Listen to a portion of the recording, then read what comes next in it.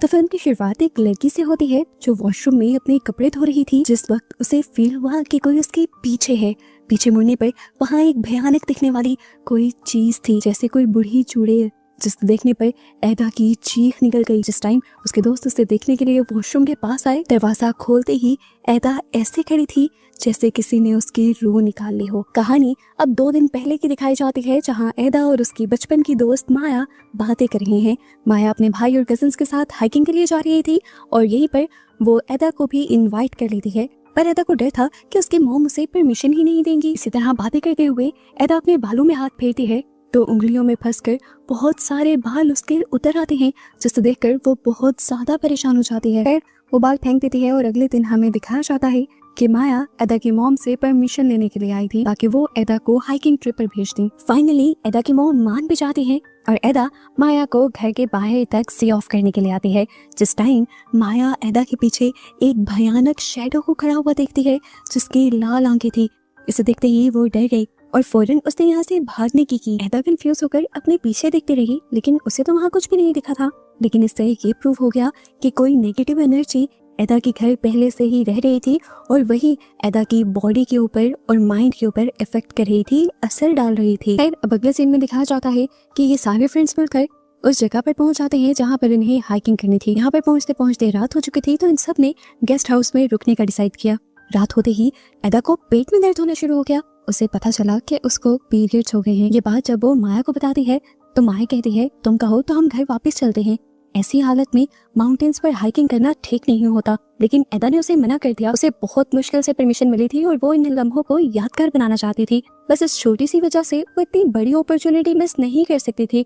दोबारा उसे मौका मिलता या ना मिलता, अब माया भी उसके साथ ज्यादा बहस नहीं करती और एदा अपने कपड़े धोने के लिए वॉशरूम में चली जाती है और यहीं पर उसे पहली मर्तबा वो भयानक बूढ़ी भूत दिखाई देती है। ये वही सीन है जो हम मूवी के स्टार्ट में देख चुके हैं। यहाँ पर उसकी चीख मारने पर उसके सारे दोस्त आ चुके थे और उसने जब दरवाजा खोला तो सबको ऐसा लगा कि जैसे किसी ने उसकी रूह खींच ली हो। वो बोल नहीं रही थी, बात नहीं कर रही थी, यहाँ तक कि आंखें भी नहीं झपका रही थी। सब लोग उसे पकड़कर रूम में लेकर आते हैं और उससे पूछते हैं क्या हुआ, तो वो बताती है कि मैंने वॉशरूम में किसी अजीब सी क्रिएचर को देखा था। वो पतली सी लंबी सी थी, सफेद बालों वाली, जैसे कोई बूढ़ी औरत हो, और उसकी आंखें किसी लाल बल्ब की तरह चमक रही थी। ये सब बातें जब इस गेस्ट हाउस की ओनर सुनती है तो डर जाती है और इन सबको बताती है कि ऐसे ही एक क्रिएचर सालों पहले भी इस जगह पे देखी गई थी, जिसने यहाँ आने वाले लोगों का जीना हराम कर दिया था। और फिर यहाँ पर कुछ लोगों की मदद से बहुत सारे रिचुअल्स करने के बाद उस एंटिटी से हमारी जान छूटी थी और अब अगर वो दोबारा आ गई है तो ये बहुत बड़ा खतरा है। हो सकता है कि अगर वो ईदा को नजर आई है तो ईदा के साथ ही यहाँ आई हो। ये बात सुनकर यहाँ पर सब लोग डर जाते हैं और इनमें से एक लड़का तो ये भी कह देता है कि हमें ईदा को वापस घर भेज देना चाहिए। लेकिन माया ऐसा नहीं चाहती थी क्योंकि माया को पता था ईदा कितना एक्साइटेड है इस ट्रिप के लिए और उसे इसके बाद कभी परमिशन भी नहीं मिलेगी। इस टाइम तो सारे सो जाते हैं और अगली सुबह जब ये सब उठते हैं तो ईदा इतनी ज्यादा एक्साइटेड होती है कि उसके मूड को देखकर किसी को लगता ही नहीं कि रात उसके साथ कुछ हुआ भी था। सभी लोग अपना अपना बैग उठाते हैं और ट्रैकिंग स्टार्ट कर देते हैं। पहाड़ों की खूबसूरती देखते हुए माया और एदा तो इसमें खो ही गई। एदा को तो अफसोस होने लगा था कि वो क्यों अपना कैमरा घर भूल आई। सीन कट होकर अब हमें एदा के घर पर एदा की मॉम को दिखाया जाता है। जब वो सफाई कर रही होती हैं तो उन्हें एदा की डस्टबिन में बहुत सारे बाल और एदा के खून से भरे टिश्यूज दिखाई देते हैं, जिन्हें देखकर वो परेशान हो जाती हैं। वो ये बात एदा के डैड को भी बताती हैं, लेकिन एदा के डैड कहते हैं इतनी छोटी छोटी बातों को सर पर सवार नहीं करते, जब एदा आएगी तो तुम उसे डॉक्टर को दिखा देना। यहाँ ट्रैकिंग करते हुए एकदम से एदा को थका थका महसूस होने लग जाता है, उसकी सांस उखड़ जाती है और वो जब रेस्ट करने के लिए वहाँ बैठती है तो एकदम से उसकी आंखें भी अजीब पड़ जाती हैं। उसकी ऐसी हालत को देखते हुए सभी पैनिक करने लग जाते हैं और माया जब उसके कान में उसका नाम बोलती है तब वो एकदम से होश में आती है। उसके ठीक होने के बाद ये लोग दोबारा अपनी ट्रैकिंग कंटिन्यू कर देते हैं और आधा रास्ता होने पर ये सब लोग थोड़ी देर सांस लेने के लिए रुकते हैं। इस टाइम जब सब लोग खाने पीने में और हंसी मजाक करने में बिजी थे तो एदा चुपके से उठ के यहाँ से चली गई और पास में बनी एक झील के पास चली गई। माया ने जब देखा तो वो भी उसके पीछे आई और एदा से कहने लगी इस तरह अकेले कहीं भी जाना ठीक नहीं है, तुम समझो ये जगह इतनी भी सेफ नहीं।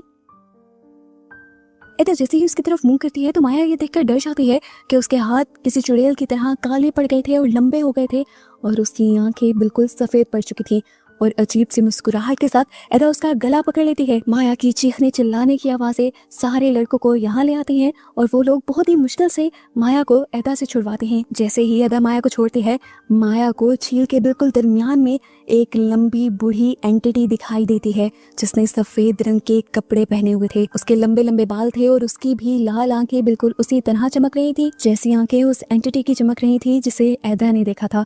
इस टाइम माया के अलावा कोई भी उसे देख नहीं पाया। खैर, ये लोग एदा को लेकर वापस अपनी जगह पर आ जाते हैं, उसको कुछ सुंघाते हुए होश में लेकर आते हैं। एदा ने जो अब किया था उसके बारे में जब ये लोग सवाल करते हैं तो एदा को कुछ भी याद नहीं था। अब माया ने एदा से कहा, मुझे लग रहा है कि तुम्हें किसी स्पिरिट ने पोसेस कर लिया है, यानी किसी आत्मा ने अपने कब्जे में ले लिया है। ये बात सुनकर एदा जोर जोर से हंसने लग जाती है और कहती है, पागल हो, मुझे लगता है तुम आजकल ज्यादा ही मूवीज देख रही हो। ऐसे कोई भी चीज इंसानों को पोसेस नहीं कर सकती। उसकी हालत को देखते हुए इस टाइम सारे डर गए थे।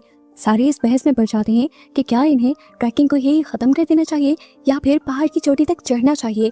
उनकी ये बात सुनकर एदा को गुस्सा आ जाता है और वो कहती है, पहाड़ की चोटी पर तो मैं चढ़ कर रहूंगी, मेरे पास पहली और आखिरी मर्तबा ये मौका है, मैं तो इस मौके को हाथ से जाने नहीं दूंगी। और तुम सब लोग बिना डरो, छोटी सी तो पहाड़ी है, हम जल्दी इस पर चढ़ जाएंगे। एदा की बातों से सबको हौसला मिलता है और ये सब लोग दोबारा अपना सफर शुरू कर देते हैं। ऊपर चढ़ते हुए थोड़ी ही दूर जाने पर इन्हें ऐसा महसूस हुआ कि जैसे इनके इर्द गिर्द कोई भाग रहा हो और उस जगह पर इन्हें एक बच्चे की हंसी की आवाज़ सुनाई देने लगी, जिसकी वजह से ये सभी लोग डर गए। और माया तो उस शेडो को भी देख पाई। माया ने इसको भी इग्नोर किया और सबके साथ सफर कंटिन्यू करती रही। थोड़ी ही आगे जाने पर माया को रास्ते में खड़ा एक बूढ़ा आदमी भी नजर आया और ये सब लोग जब उस बूढ़े आदमी के पास पहुंचे तो इन्हें एक डरावनी आवाज सुनाई दी। ये आवाज इतनी ज्यादा तेज थी कि इन सबके कान फटने लगे और इन्होंने अपने कान बंद कर लिए, यहाँ तक कि सभी लोग बेहोश हो गए। और जब इन्हें होश आया तो वो बूढ़ा आदमी माया ने देखा कि यहाँ से जा चुका था। यहाँ पर मौजूद लड़के ये बात कहने लगते हैं कि इनके साथ ये अजीबोगरीब काम एदा की वजह से हो रहे हैं। एदा को क्योंकि पीरियड्स आए हैं, ऐसी कंडीशन में लड़कियां बहुत सारी नेगेटिव एनर्जीज को अट्रैक्ट करती हैं और एदा की वजह से ही ये अजीबोगरीब चीजें उनके साथ हो रही हैं। उसकी बात सुनते ही एदा गुस्से से उसे देखती है और उसकी बातों को इग्नोर करते हुए ये सब लोग दोबारा अपना सफर कंटिन्यू कर देते हैं। अभी थोड़ा सा ही चले थे कि एदा की हालत दोबारा से बिगड़ने लगी। इन्होंने एदा को बिठाकर पानी पिलाया। पानी पीते पीते ही उसके माथे पर झुर्रियां आने लगी, उसका चेहरा बिगड़ गया और बॉडी भी अकड़ गई। उसके होंठ सफेद पड़ने लगे और वो इस तरह से मुस्कुराई जैसे किसी और एंटिटी ने उसे पोसेस कर लिया हो। वो लड़का जो बार बार एदा को वापस छोड़ने की बात कर रहा था, वो कहता है कि अगर एदा की हालत ऐसी ही रही फिर तो हम इस माउंटेन को सर नहीं कर पाएंगे। उसका ये बात कहना था कि एदा की बॉडी को झटके लगने लगे और वो इतने भयानक तरीके से हंसने लगी कि उसकी हंसी पूरे माउंटेन्स के जंगलों के अंदर फैलने लगी। ये सब लोग भी डर गए। माया जान गई थी कि एदा की दिमागी हालत भी ठीक नहीं रही, इसीलिए वो एदा के साथ साथ सभी लोगों को ही वापस चलने का कहती है। और ये बात सुनकर सफेद आंखों के साथ एदा अजीब से अंदाज में उसे कहती है, तुम सब चले जाओ, मैं तो ये पहाड़ी सर करके ही रहूंगी क्योंकि ये पहाड़ी मेरी हो चुकी है। ऐसे ही बातें करते करते उसकी आंखों में खून भी उतर आया। सभी लोग डरकर उससे पीछे हो गए और माया समझ गई कि जो एंटिटी वो बाहर बाहर एदा के पीछे देख रही थी, उसी एंटिटी ने एदा को पोसेस कर लिया है। एदा सब लोगों से कहती है, मैं तो ऊपर तक जाऊंगी और जो भी मेरे रास्ते में आएगा मैं उसे मार डालूंगी।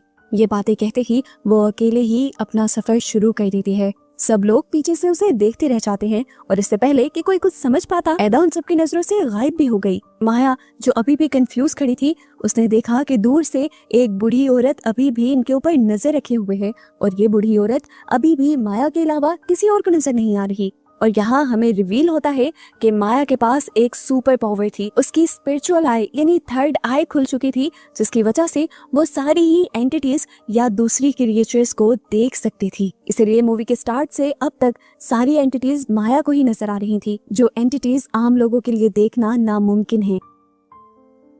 खैर, यहाँ पे माया जल्दी से अपने सारे भाइयों और कजिन्स को कहती है कि चलो एदा का पीछा करते हैं। जैसे ही ये लोग एदा के पास पहुंचते हैं, माया भागकर एदा के पास जाती है और उसे आगे बढ़ने से रोकने लग जाती है।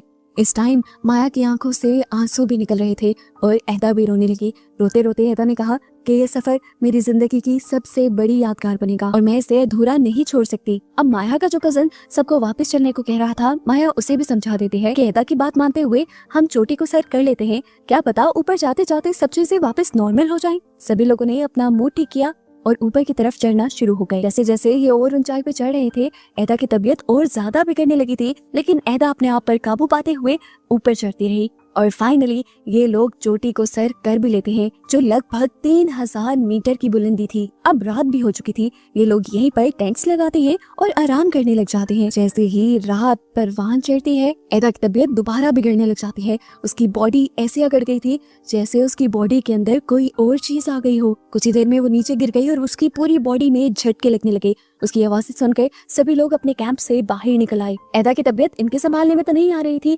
इसलिए ये सब लोग नीचे की तरफ जाते हैं ताकि आसपास से कोई मदद बुला सके, और इन्हें यही पास में रहने वाला एक आदमी मिल जाता है। वो आदमी इन लोगों के साथ इन लोगों के टैंक तक आता है और एदा की हालत को देखते हुए एदा के कान में कुछ चीजें पड़ता है, जिसकी वजह से एदा की आंखें काली पड़ जाती हैं और उसके पूरे मुंह की वेन्स भी नीली हो जाती हैं। उसकी बॉडी के हिस्से इस तरह मुड़ रहे थे जैसे कि सारी हड्डियां टूट जाएंगी। जब ये चीजें बहुत ज्यादा बढ़ने लगी तो उस आदमी ने भी जो कुछ वो पढ़ रहा था वो जोर से पढ़ना शुरू कर दिया और एकदम से एदा नॉर्मल हो गई। ऐसा लगा कि जैसे जिस भी चीज ने एदा के ऊपर कब्जा किया हुआ था उसने एदा की बॉडी को छोड़ दिया। इसी टाइम सीन कट होकर हमें घर पर एदा की मॉम को दिखाया जाता है, जो इस टाइम प्रे कर रही थी, यानी नमाज पढ़ रही थी।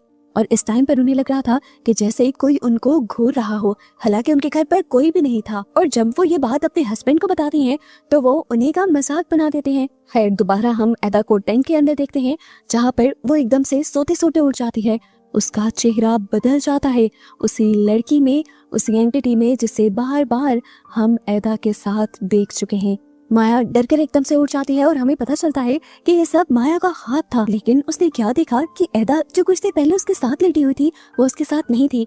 वो एदा को ढूंढने के लिए बाहर निकली। उसे एदा नजर भी आ गई और उसने जैसे ही एदा को बुलाया तो एदा उसकी तरफ पलटी, लेकिन अब एदा का चेहरा एदा का नहीं था। यानी जो कुछ माया ने अपने ख्वाब में देखा था वो सच में भी हो रहा था। और यहाँ माया समझ गई कि इस टाइम एदा दोबारा किसी एंटिटी के या किसी शैतान के पोजेशन के अंदर है, उसके कब्जे में है। माया एदा को कुछ थप्पड़ मारती है और जैसे ही एदा होश में आती है तो वो उसे अपने टैंक में ले जाती है। फाइनली अब सुबह भी हो गई।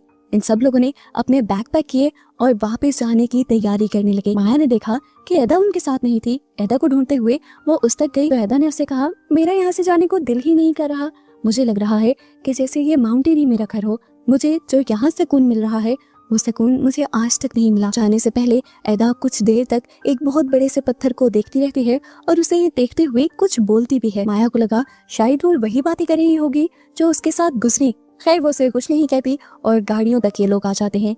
इनका वापसी का सफर बिल्कुल नॉर्मल था और फाइनली ये लोग अब अपने शहर आ चुके थे। माया के भाई और कजन्स एदा को एदा के घर पे छोड़ने के लिए आए। घर आते ही एदा अपनी मॉम से भी नहीं मिली और सीधा घर के अंदर चली गई, जिससे उसकी मॉम को काफी अजीब फील हुआ। खैर, माया तो यहाँ से चली गई और जैसे जैसे रात गहरी हुई एदा की तबीयत दोबारा से बिगड़ने लगी। उसकी बॉडी बुरी तरह से कांपने लगी और एदा पागलों की तरह हंसने लगी। उसकी हंसी डरावनी थी।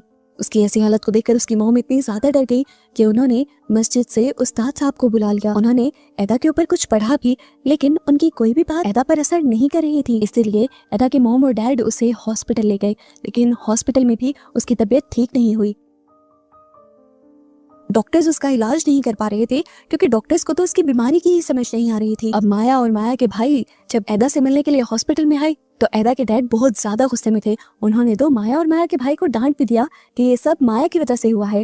माया की जिद और कहने पर ही एदा उनके साथ माउंटेन्स पर गई थी और वहां से आने के बाद से उसकी तबीयत लगातार खराब ही होती जा रही है। वो उससे कहते हैं कि अगर तुम उसे ट्रैकिंग के लिए जाने का ना कहते तो शायद आज मेरी बेटी ठीक होती। वो माया से कहते हैं, या तो तुम किसी तरह ये सब कुछ ठीक कर दो या मैं तुम्हारी पुलिस में कंप्लेन कर दूंगा। माया परेशान हो चुकी थी।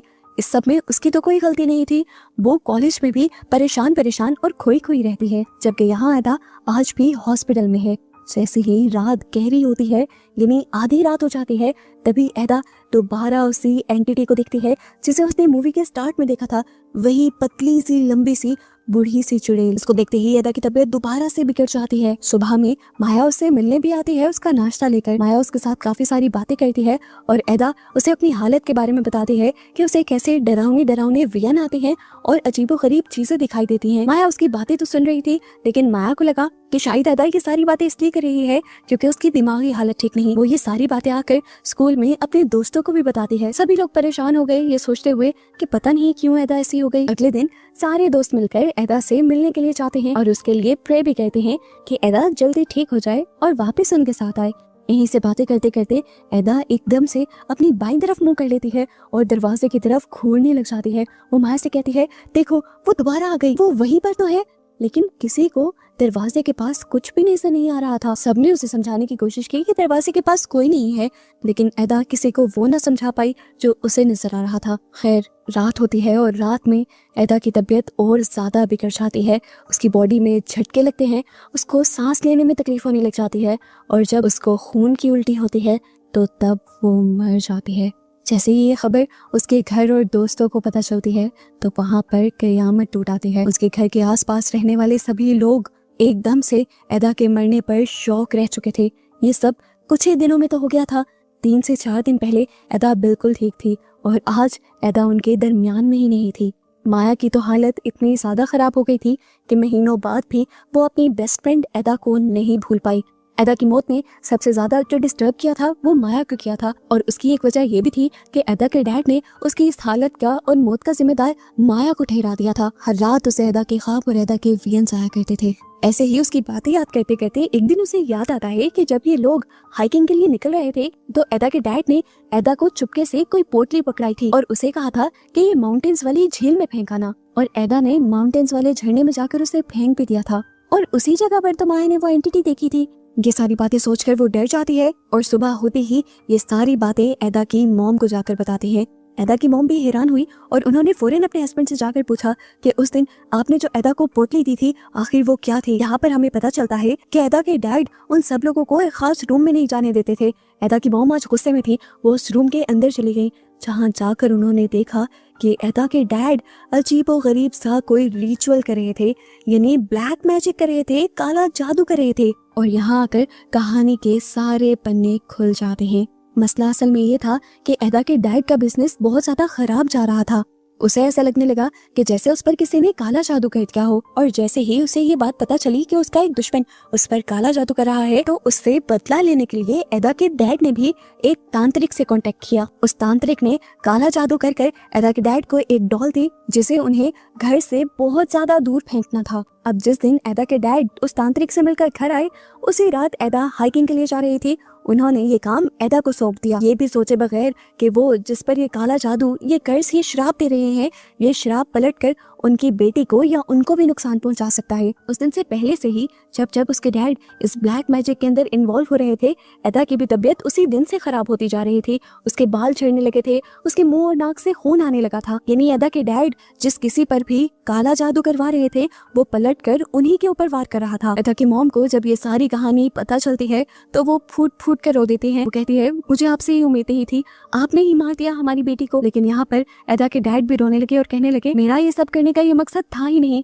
मैं तो अपनी फैमिली को बचाने के लिए, सब कुछ ठीक करने के लिए कर रहा था। मुझे क्या पता था इससे हमारी एदा ही चली जाएगी। एदा के डैड को अब ये एहसास हो चुका था कि उन्होंने जो गलत हरकत की थी उसकी सजा उन्हें मिल चुकी थी। सब लोग अब एदा की मौत से थोड़ा आगे निकल आए थे। पहले वाले ही 6 फ्रेंड्स का ग्रुप दोबारा एदा की याद में उसी माउंटेन्स पर हाइकिंग के लिए जाता है जहाँ एक खास पॉइंट पर माया को एदा की परछाई मिलती है जिससे वो बातें करने लग जाती है। और यहाँ पता चलता है कि माया आज भी एदा को नहीं भूली थी। और बस यही सब दिखाते हुए ये मूवी यहाँ पर खत्म हो जाती है।